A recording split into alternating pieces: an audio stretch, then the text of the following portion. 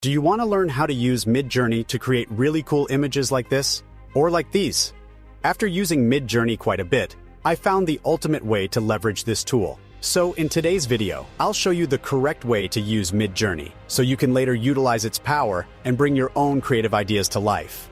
Step by step, I'll walk you through the entire process and share valuable tips you won't find in other videos. I'll even reveal a couple of my favorite prompts, which I usually only offer for sale, so be sure to watch until the end. Remember, this isn't just about what AI art can do, it's about what you can do with AI art. Let's get started. So the first thing you're going to do is go to midjourney.com and select Join the Beta. It will open up Discord, so you need to have a Discord account. If you don't have one, it's completely free. Just go to discord.com and download the free tool. After you click Join the Beta, Discord will open, and it will put you inside a Discord room. You can go into one of the other newcomer rooms and generate your prompts there. But what I like to do instead of sharing my prompts with others is to open up the Midjourney bot, where I can do my prompts kind of in private. On the right, you can see a list of users. If you don't see this list, click the Member List button at the top, and it will show you the list of users. Somewhere in the list, you'll see Midjourney bot. Right-click on Midjourney bot, then click on Message. It will open Midjourney in a bot view here. Next, you're going to type / and then Imagine. Once you hit the spacebar, it will give you a little box to start writing your prompt. That's it. Now you can start prompting. To get the best results from the Midjourney bot, keep it short and straight to the point. Skip the long-winded requests. For example, instead of saying, "Show me a picture of tons of California poppies in vivid orange, drawn in a cool-colored pencil style," try saying, "Vibrant orange California poppies with colored pencils." The bot will totally get it. Now, let's break down the important points before we start prompting. To get the best results, we need to be precise and know how to use Midjourney correctly. Instead of prompting /imagine an astronaut in space, there are other elements that if we add them to the prompt, we'll get more accurate results for what we are looking for. Here are some examples of elements that can be added to the prompt. A medium. Here we can specify an artistic medium.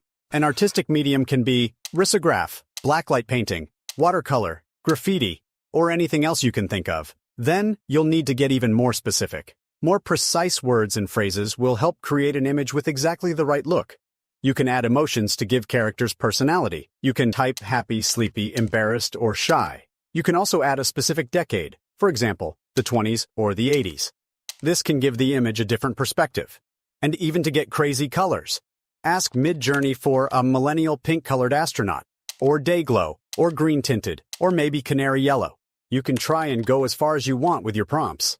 Selecting and adding each of the elements will bring you a better and more accurate result. That's what I like about Midjourney. Even if you master the tool, you'll get something slightly different every time. Now let's move on to something which is not always told, even secrets. Have you ever wondered what all those 2 hyphens at the end of other people's prompts are? What are they actually doing? So I'll tell you, not too much. But they are necessary if you are looking to get a more specific result.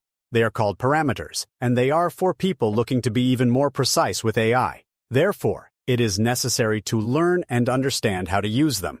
Now, we will explore some of these parameters and understand how they can be helpful, so you can also use them in your prompts later.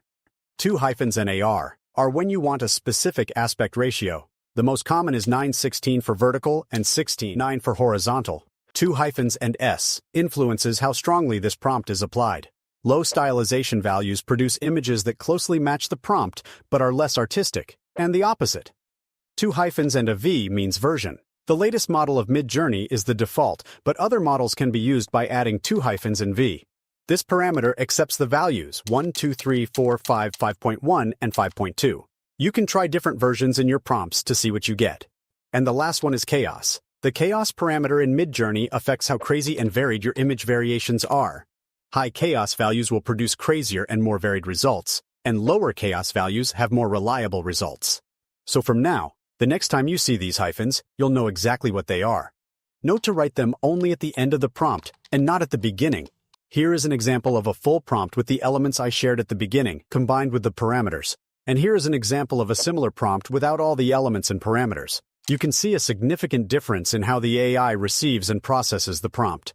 You can choose how precise to be with the AI.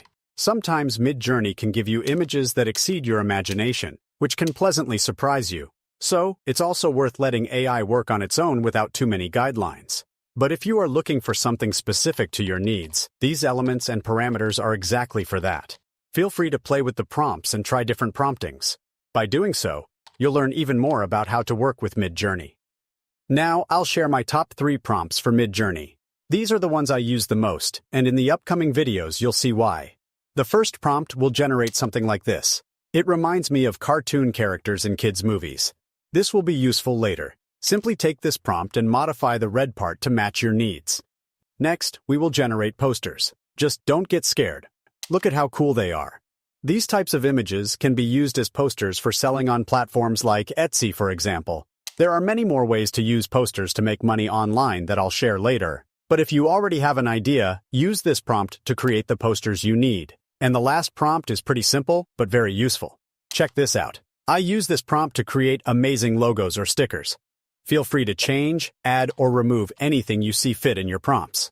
To save you from having to rewrite the entire prompt, I've included a link to all the prompts I shared in today's video in the description below. Feel free to copy and try them out. For those who have made it this far, well done. Your persistence and investment will lead you to faster results. And just for you, I'm going to reveal another method for writing prompts that you probably haven't thought about. If you are still having trouble writing prompts that match what you want, you can use tools that will write the prompt for you.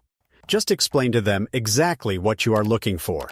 This is the first site you can use. Explain your idea here, and it will generate the right prompt for you. Additionally, you can use ChatGPT in the same way. My goal is for you to be able to create everything that I'm teaching here by yourself. I hope this guide was useful to you. If you want me to share ways on how you can use Midjourney to make money online, let me know in the comments. And if you find this guide helpful, subscribe to my channel, as this helps me produce more videos and provide more valuable information. That was it for today's video. And remember, knowledge is not power. It's only potential power. It becomes power only when we apply and use it. Thanks for watching, and see you next time. The Guru.